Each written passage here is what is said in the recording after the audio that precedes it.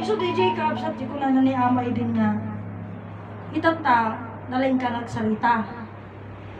Nung di sa mo pa ng baliw ti madi nga ugali. DJ among mapukaw. Mapukaw DJ among. Apay nga mapukaw DJ among. Uwin tagamin, kaabsat ko. Hamumit nga ipupursigi. Sorry ko na kanyayo, dato'y training tayo tata. Seryosohan ito. Buong mundo ang haharapin natin ito. Handla nga, hanga di siya amom kat amumon. Haani kasya. Hanga kasya. Idiretso kanyayo, kasi ko na karot ni father ko. Di tata, tasugbanit na. Nandiyo ko na kanya. Ngamin ko na, ti amom, ato amom. Hamu patayawan di saritan, ta ado mo muna amu mo. Sabi siya, hamu patayawan ta aja ibagbagana, yala aja ibagbagana mo ta aja yun. Ngam ti kinapugno na, daji nga ibagbagana. Kunti amom, ngumamom mo. Isu di kanayo kasi istoryahan ka na kayo. Iti imbaga ni ama kanya, iti pakabigbiga, iti aris sa ngalubungan. Isu iti pakaistoryahan ti Alpha and Omega. Baga kanya yung kati. Idi imbaga na nag-istorya ng Alpha and Omega. Iti istorya na, yung kwento ng Alpha at Omega, nung sinabi niya sa akin, ang pagkakilanlan mo sa hari ng buong mundo, ay ang kwento ng Alpha at Omega. Nung nalaman ko, ang alam ko yung Alpha at Omega, alam ko na yun. O, sinasabi ko na, pagkakilanlan ko daw ko sa Diyos o sa hari ng buong mundo, yung kwento ng Alpha at Omega. Pero ang problema, nung may nagtanong sa akin, ano naman sister ang Alpha at Omega? Yun lang. Hindi ko pala alam. Tingnan mo. Kaya nga sinasabi ko sa inyo, nung narinig ko kay Ama, ang alam ko. Pero nung tanungin ako, hindi ko pala alam. Oh. Mga kapatid ko. Kaya, noon pa lamang, dahil doon ko natuklasan na hindi ko pala alam, doon ko inalam. Ano ang kwento ng Alpha at Omega? Ito po yung creation. Mga kapatid ko. Umpisa hanggang sa wakas. Umpisa ito. Sabo, Mga kapatid ko. Itong kwento ng... Ngayon, doon sa kwento ng creation, anong simula noon? Nung wala pang langit, wala pang lupa, nandiyan ang liwanag. That is part of it. Mga kapatid ko, na ang Diyos naging tao. Pero kasi tayo, yung mga sinasabi natin, parang kagaya sa promise land, di ko natin. Iso lang nga iso, wala sa body brother. Salita nila yun, ha? Wala na bang iba yan na naman? Pero ang usapan, sila mismo na nagsasaysay, at sila mismo na nakikinig sa usapan, hindi nila alam at hindi nila naiintindihan yung usapan. Bakit? Kaya nga wala na sa body brother. Kasi yung, kung ano yung sinasabi niya, kaya yung sabi ko nga sa inyo, kasano tayo nga pagbibiyagan, talo personas pagbibiyagan. Talo personas. Sabi, dahil daw sa ulan, nagtanim ka na ulanan, nabuhay, tikinain mo, siyang naging lakas mo. Di ba? Pero hindi natin alam, yung nga sabi ni Ama, ano yung tatlong personas? Panunot puso bagi. Panunot puso katawan. Imagine mo yun. So, hindi natin alam nga, nabubuhay tayo, kasi siya yung bumubuhay mismo sa atin. Yung tatlong personas na yan, yun yung mga bagay na hindi natin nalaman sa tagal na ng panahon. Na-stuck tayo doon. Mga kapatid ko, kaya nga ngayon, ang tanong, what is God? God is life, love and life. Sagot na, sino ba hindi nakalam ng Diyos? Doon na natin lahat. Ang tanong, ano ang light sa'yo? Ano ang love sa'yo? Ano ang life sa'yo? Walang ganong tanong. O, diba? So, kumbaga parang, ibig mo sabihin dahil walang ganong tanong, bakit mo sabihin walang ganong tanong, tinatanong ko na ngayon? O, diba? Ngayon sinasabi nila, mayroong God Almighty. Ano nga yung God Almighty? Yung God Almighty. Ano nga yung God Almighty? Yun nga yung God Almighty. Walang paliwanag sa kanila. Ang katotohanan, ay hindi nila alam. Narinig lang nila, my God Almighty. Kaya nga lagi mo sinasabi nga, adutay nga nakamuti sursuro. Hindi totoo yun. Marami tayong nakarinig or marami tayong nakarating sa lugar na iyon, pero wala tayong kaalaman. Kaya sabi ni Ama, pumaroon lamang tayo na nagpakita, kinumita. Nakita lang natin, tinignan natin yung lokasyon, ay maganda. Pero anong kwento nun? Wala. Mga kapatid ko. So, being yung sinasabi ko sa inyo, yung Alpha at Omega kanina, na yun ang sabi. Bakit sabi ni Ama na yun ang sinyal? Yun ang sinyal nung pagdating or yun ang pagkaalaman natin yung hari ng sanlibutan. Kasi nga dito, doon sa simula ng Alpha at Omega, unang-una, ang Alpha ay siyang Omega at ang Omega ay siyang Alpha. Pero marami ang nagsasabi na ang Alpha at Omega, Alpha daw ay simula at ang Omega ay katapusan. Pero sa akin, o sa katuroang ito, sa akin muna, kasi kahit sa Promised Land, sinasabi nila na ang Alpha at Omega ay ang simula at katapusan. Pero ang sinasabi ko dahil ang sabi ni Ama sa akin, ang Alpha ay siyang Omega at ang Omega ay siyang Alpha. Ang Alpha ang simula at ang Omega ang simula ng walang hanggan. Bakit simula ng walang hanggan? Kasi ang Omega ay siya rin ang Alpha. Kaya sabi ni Ama, ang hinaharap ay siyang nakaraan. At ang nakaraan ay siyang hinaharap. Isi Ilocano na, timasangwanan kat iso tinapalabas. Tinapalabas, iso timasangwanan. Ang simula, mga kapatid ko, ay siyang hinaharap. At ang hinaharap ay siyang simula. The same lang yun. Oo, ganun lang po yun. Ang pagkakilanlan natin ng nakaraan ay yung simula. Kasi sino magpapatunay ng simula? Siyempre, sino magpapatunay ng nakaraan? Yung simula. Parang una sa pangalawa, luma sa bago. Sino ba anong masasabing luma ito? Kasi may bago na. Paano masabing bago? Kasi may luma. Yung bagong tipan. Lumang tipan, bagong tipan. Ganun po yun. Pero pag isipin natin, so ano dyan sinasabi ko na yun na Alpha at Omega? Yan po mga kapatid ko, ang Alpha at Omega ay siya si Amang Adan. Kaya tingnan mo yung kwento ko sa inyo. Ang sabi ko sa isang kapatid noon, ang Alpha ay kanya, ilan ba ang Adan? Ang sagot niya sa akin, Adan daw sa Alpha at Adan sa Omega. Dalawa. Ang sabi ko naman, bakit nga rin sabi ni Amang Martiniano, ang Alpha ay siyang Omega at ang Omega ay siyang Alpha? Sinabi ni Amang Martiniano yan. So, sinabi ni Amang Martiniano yan. So, ano ba tawag dito? Na-stop siya. Kasi sabi ni Ama sa akin, ang Alpha ay siyang Omega at ang Omega ay siyang Alpha. Isabi niya, Adan sa Alpha at Adan sa Omega. Tilan nga ang Adan. Sabi niya, dalawa. Isinabi ni Ama sa akin ang Alpha ay siyang Omega at ang Omega ay siyang Alpha. So, sabi ko, kailan nilikha ni Ama ng Diyos si Adan ng Alpha? At kailan niya din nilikha ang Adan sa Omega? Kaya sabi ko sa inyo, pag hindi mo makuha yun, yung pag-ikot ng salita, mga kapatid ko, without observation or analyzing the word, or without knowing the word, doon mahahalata na wala kang alam. Mga kapatid ko. Ano yung kwento ng, kaya nga sabi nga nila, ang Alpha at ang Omega, sabi nung isang na hindi rin niya naintindihan ang Alpha daw at Omega ay siya yung si Adan.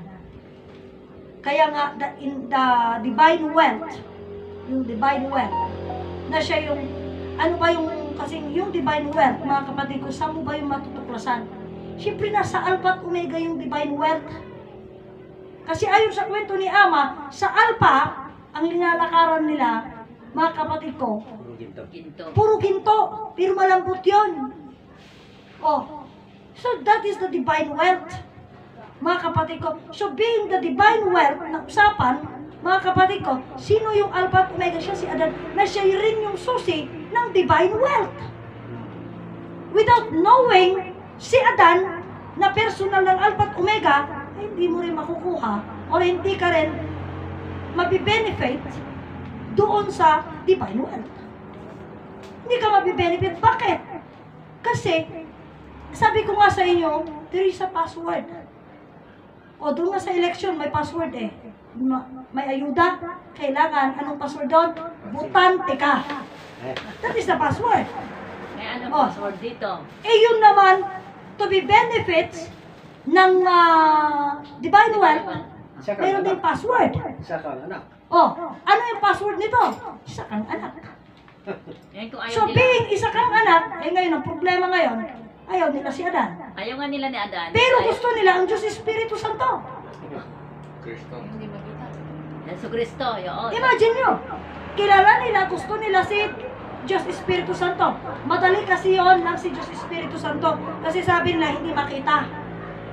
Espiritu nga, hindi makita ay kanila. Pero usapan, kasi, bakit kasi hindi makita yung Diyos Espiritu Santo? Pinalayas nga, di ba? Higos. Umalis kasi pinalayas. Makita mo pa eh, pinalayas na eh. So, being pinalayas siya, mga kapatid ko, Hindi mo na makikita. hindi mo makita, pinalayas na eh.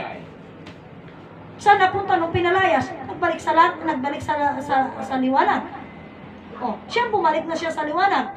Mga kapatid ko, makita mo pa. Eh kung ni Ama, lahat tayo hindi natin makita ng mataan yung liwanag. Kasi, yung nga, mulagrag, di ba? Very shining kasi siya. So, we cannot see it truly. Kasi nga, kagaya nga pa nga ngayon eh. Sabi ng science, pagka tignan mo daw yung liwanag ng firmly, no? Pwede kang mabulag. Masisira pang name. O, masisira lang ang paningin mo.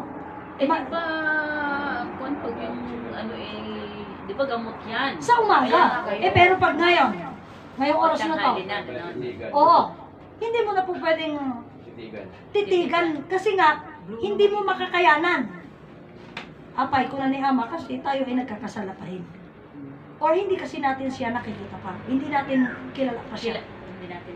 Oo, ganun po yun. So, kaya nga sabi ko sa inyo, so being ang Alpha at Omega, ang susi na makilala natin, yung Diyos naging tao. Yun din yung kwento or hari ng sanlibutan. Na yung hari ng sanlibutan is the owner of divine wealth. Puro tayo magagawa doon. Kaya nga sabi nga nila, marami nagkukwento, kinuha daw ng mga mayayaman na yung kayamanan. Saan nila pinunta? Dito pa rin sa Pilipinas. O dito pa rin sa mundo. O maraming nagbenta daw nung panahon ni ganito, binenta yung kayamanan, pumunta na sa Amerika. Kaya ilan na lang daw ang kayamanan, ilan na, yung mga ginto daw ng Pilipinas, nandun pa sa ibang bansa, hindi pa nakarating sa Pilipinas. Isang mundo pa rin yun. Sako pa rin ang mundo yun. Kahit pa nasa Antarctica na yung gold, kahit pa nasa Brazil, o kahit nasa ba yung Brazil? Nasa mundo pa rin yun.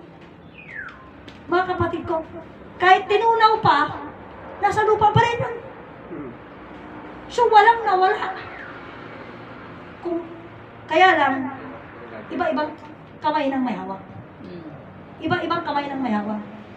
Sa mga iba-ibang kamay na yan, iba-ibang butas na ang pinagtaguan, huwag kayong mag-alala. Mundo pa rin yan. O, at kung kinip na nung iba, tinago ng iba, nasa kanya na, huwag kang mag-alala. Pag namatay yun, hindi niya madadala yun. Saan ba pupunta? Naiiwan. Lupa pa rin. Oh, saan naiiwan? Eh, paano? Tinago na nila, naikalat na. Eh, wala tayong magagawa kasi ganun talaga yun. Doon lang talaga din siya. Oh, ganun po yun. Kaya, sabi nga nila, tune-tunilada na kayamanan na naitago. Huwag kang mag-alala, nasa mundo pa rin yun. At we like it or not, ang magbe-benefits doon, yung mga maiiwan. Yeah. Yung maiiwan. Mga anak ng Diyos. Mga kapatid ko. At sino mga iiwan? Yung mga anak ng Diyos naging tao. Kaya nga sabi ko sa inyo, these things na ginagawa natin, mga kapatid ko, is so heavy Lahat na, naman namin naniwala kay Kristo ay matay. heavy na responsibility ito. Mabigat ito. Mamamatay lahat ang Mabigat maniwala ito, kay Kristo eh. mga kapatid ko. Pagkat kung So, hindi ka mamamatay, hindi ka kakasunod. Kaya nga yung sinasabi nga nila na ang kaligtasan daw kay nasa Kristo, kay Iso Kristo. paano mo sabing ang kaligtasan ay na kay Kristo? Ang sabi, ang sumunod sa akin ay isang maliligtas. Siyang ba pumaroon sa Kristo? Napatay. Sa kamatayan. Gusto Oh. nila yun, gano'n. Oh, so kung hindi ka mamamatay, hindi mo masusundan si Kristo. At kung hindi ka mamamatay, so il ka kay Kristo. Kaya nga si Jezebel, nung awisin niya, sundan niya si Ama eh. Oh. Kawawa ka naman, kako. Kawawa. Kasi sundan niya si Ama. Oh, so kaya nga Si Ama sabi eh, ko, nawala eh. kaya nga sabi ko sa inyo, ito kailangan natin na pag-usapan. Maluwang yung pag-usapan natin kasi alam nyo yung itong alpha at omega na sinasabi ko sa inyo. Na, ngayon, usapan na naman ha, may babalik ko lang. Ano ba yan, inuutosan na nila ang presidente na hanapin daw yung hari. Oo. Kasi daw yung presidente lang daw bibigay ng basbas.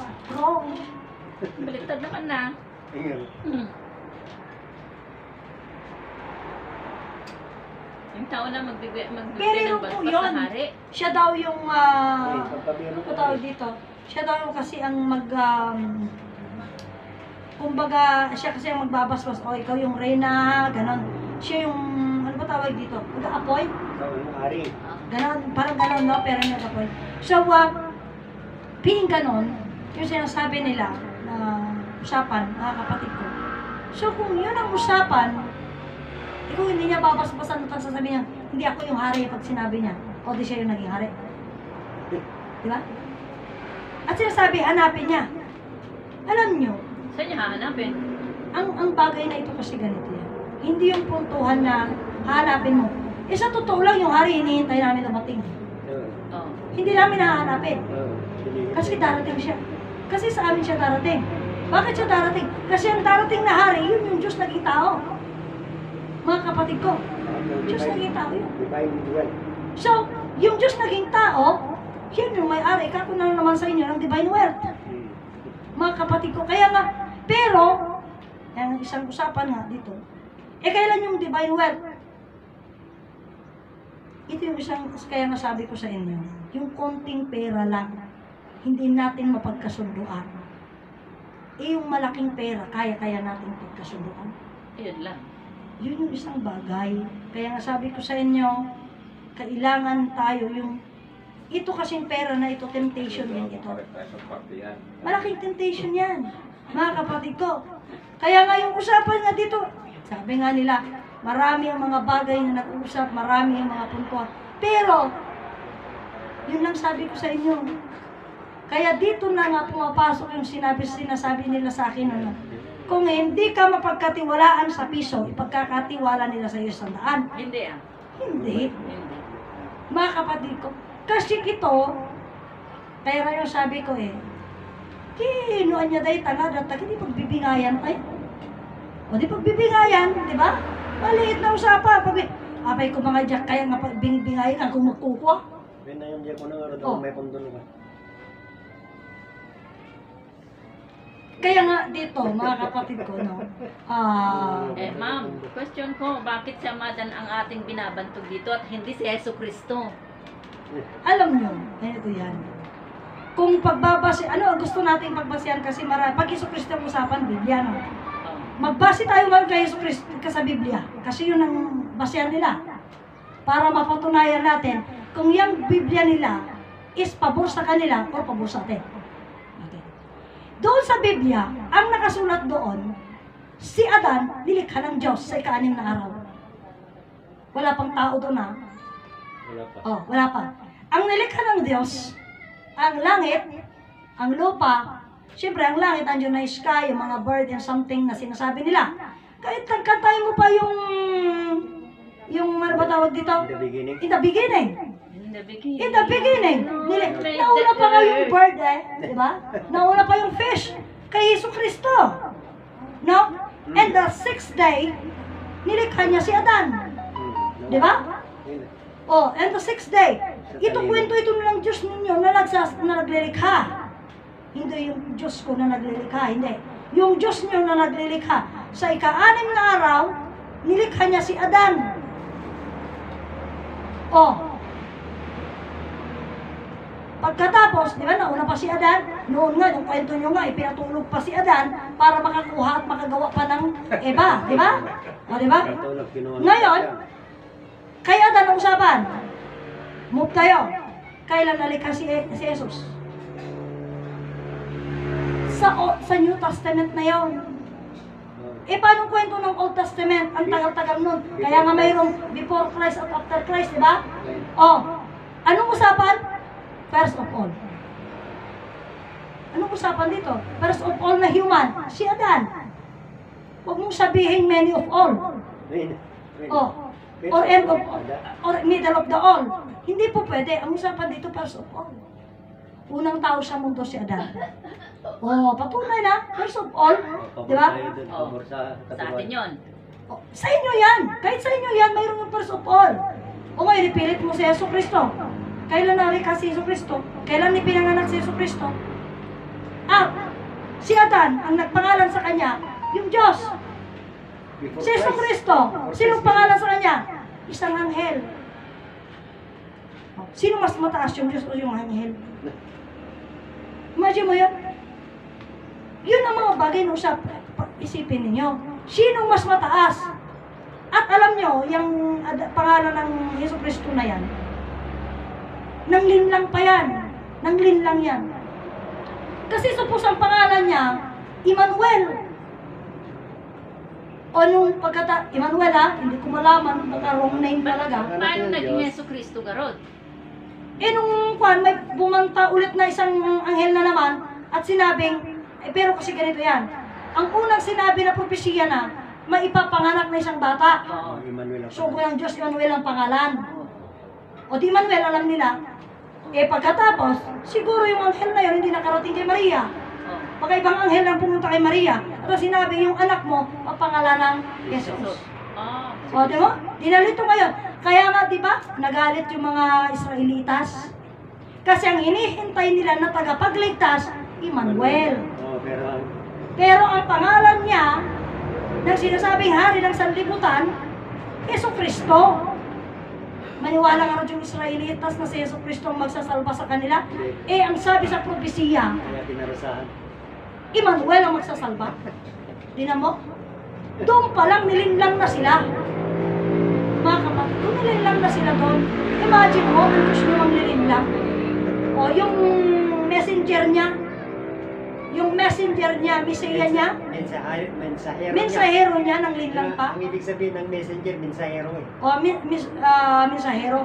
Yung mensahero ng Diyos. Tagapaghatid. Imagine mo, kaya ngayon, kahit anong gawin mo sa mga Israelitas, ang hinihintay pa rin nila si Emmanuel, hindi si Jesus. Ganun yun, mga kapatid ko.